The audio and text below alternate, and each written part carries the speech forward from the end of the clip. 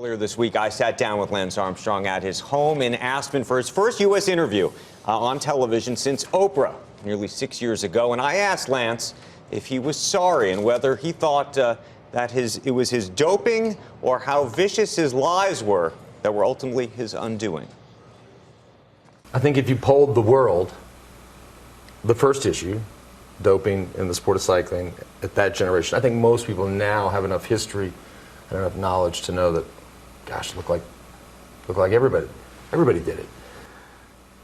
That isn't the issue for people. The issue is how I so aggressively defended myself, being litigious, going after people. That's the thing. Lying. Well, yeah. Well, we all lied. I mean, in no point were you just going to say, you know what, I'm kind of sick of lying, I'm going to tell you the truth. But, of course, there were lies.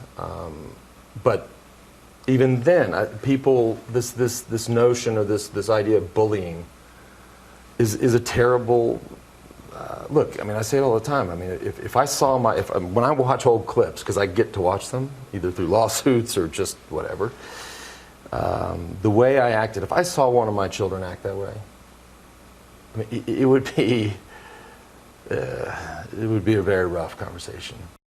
We talked about everything that's happened since he admitted doping on Oprah Winfrey and all the blowback that came after. I mentioned one of those reactions to him. Donald Trump, before he was president, I don't know if you saw this, the night after, or the morning after, wrote, "Lance Armstrong did himself great harm last night. Lawsuits and failure will follow him." Did you see that? I did see it, yeah. What did you think when you saw that? Well, listen, you have to remember, I mean, this is 6 years ago, so he was just Donald Trump was just a loudmouth, you know, out trying to get attention. And that was in a sea of, I don't think there were millions of those, but there were tens of thousands of those. And so he was just another person. Now he's our president, somehow. Whatever. I mean, he's right. He's half right. He's going to cost himself a lot of money. Right? We know that happened.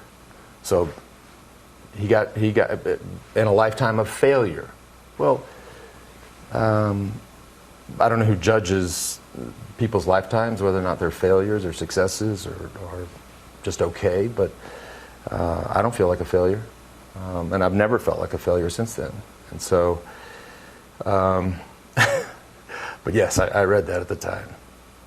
He was half right. He got a 50.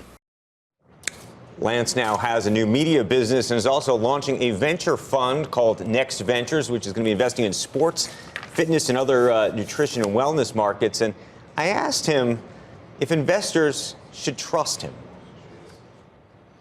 There's been people that we ask for a meeting and they just don't answer. So you have to assume that's what they're thinking, right? I don't want this association. I can't trust this guy. And by the way, fair play. I understand. I'm not going to be upset or bitter about that. You have every right, and quite frankly, maybe you should feel that way. What do you think you now need to do to prove yourself as an investor?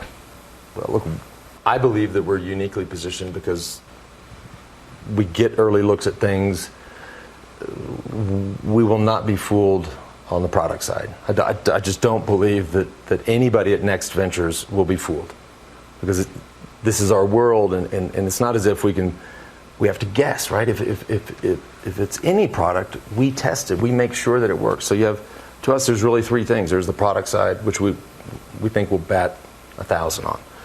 There's the people side, which we like to think that we can pick good people and people that can lead great companies. And then there's the story, right? It's how they tell their story, whether it's through their own marketing, their own branding, their own packaging.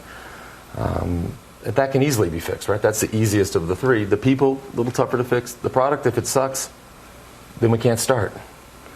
Is there any product you think you missed, meaning a business where you looked at it in your space and thought, I don't think that's going to work, and then a year or two later said, man, that worked way better than I expected? If the founder of Peloton came to me 5 years ago with that idea, I probably would have said, buddy, you're crazy.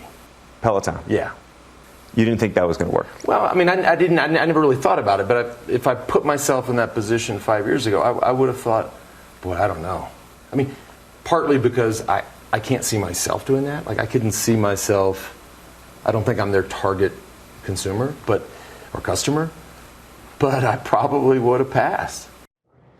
In the next hour, we're going to show you a lot more from that interview. It gets very interesting. We're going to talk about his own economics of the family of Lance Armstrong, if you will. We're also going to talk about steroid use and what he thinks about A-Rod and other athletes, his relationship with Nike, and then he has some startling words about one of his biggest financial backers.